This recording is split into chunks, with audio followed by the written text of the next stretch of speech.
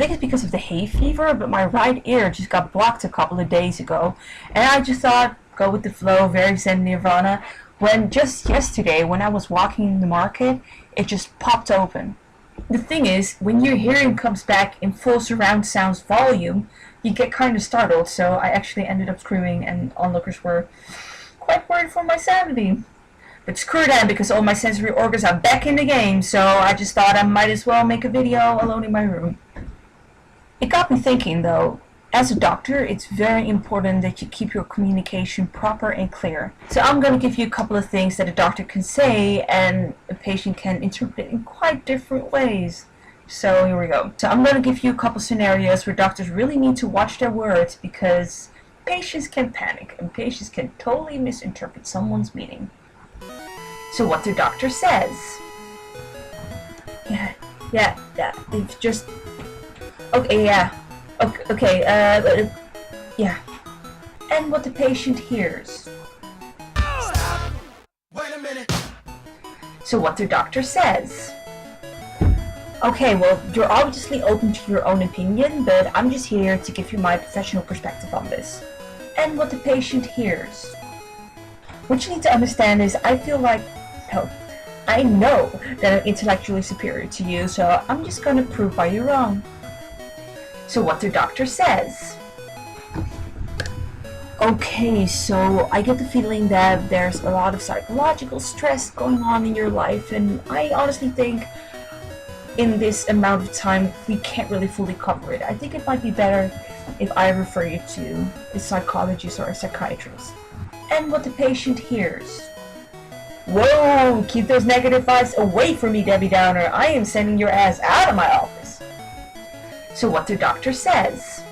Okay, so now that is clear. I would like to ask you if you would like to consider being a part of a research trial. It's for people who have similar problems like you. And then we have 2 treatments and you get sorted in one of the groups.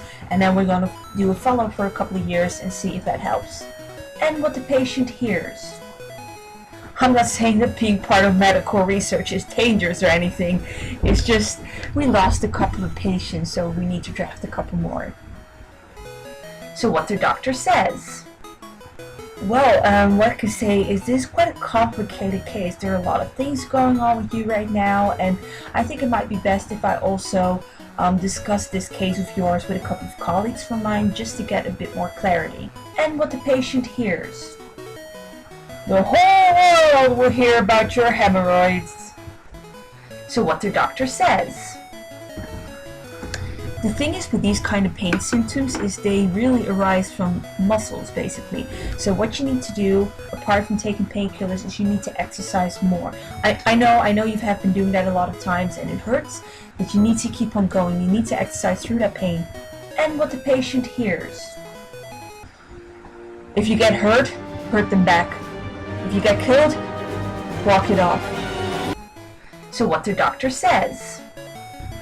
Okay, so the thing is, it's very important that you take these medicines regularly. You need to have a sort of level in your blood, and if you don't take it regularly, it's not going to work. So you have to do it 4 times a day, at the beginning of the day, at the end of the day. That's all you need to do.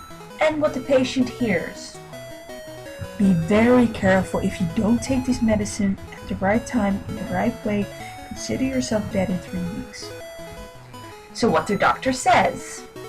So I need to ask a couple of questions regarding your sexual history. It's not so much the orientation, but I need to know if you've had male sex or female sex, or if it had only been vaginal sex, or maybe even anal or oral sex. And what the patient hears. Do you love this shit? Are you high right now? Do you ever get nervous? Are you single? I heard you fuck your girl, is it true? You getting money? You think them niggas you with is with you? So what the doctor says. Okay, so for this, I need you to take off your shirt, and yeah, because the heart is right under it, I need you to take that bra off too. And what the patient hears.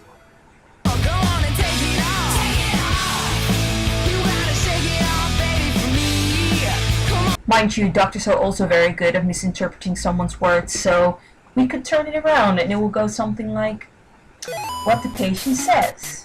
The thing is, it isn't so much a stomach pain, but it definitely feels like something's going on in there, and I get bloated stomachs all the time. What the doctor hears. I have a lot of gas. I need you to prescribe me something which makes me fart less. What the patient says.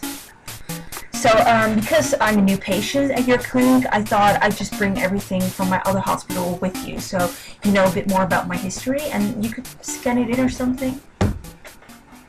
What the doctor hears. I actually took the liberty to write 2 whole novels about my medical history.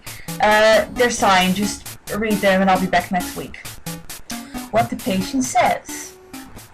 Okay, so you didn't find anything, but I still have this pain and I can't make it go away. The painkillers aren't working anymore, so either you're gonna help me out or I'm gonna find someone who will. What the doctor hears.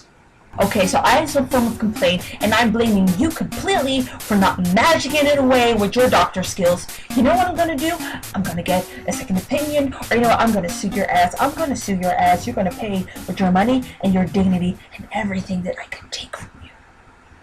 What the patient says. Oh yeah, hi. Yeah, I just decided to tag along with her because, well, she gets so forgetful, and we really need someone to understand what's going on, basically. What the doctor hears. I'm here to check up on you and see if you're doing your job right. If anything goes wrong with my friend here, you're gonna pay. What the patient says. I think I want to get a referral.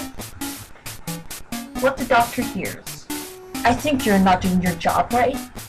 What the patient says. Oh yes, it would be so great if you came over. I mean, I'm pushing 86, so it's a little bit hard for me to get out of the house. What the doctor hears. Hello? What's going on? Why isn't the doctor answering me? I'm confused and possibly also sick. What the patient says. Thank you so much, doctor. You've been a great help. What the doctor hears. Doctor, you're awesome. What the patient says.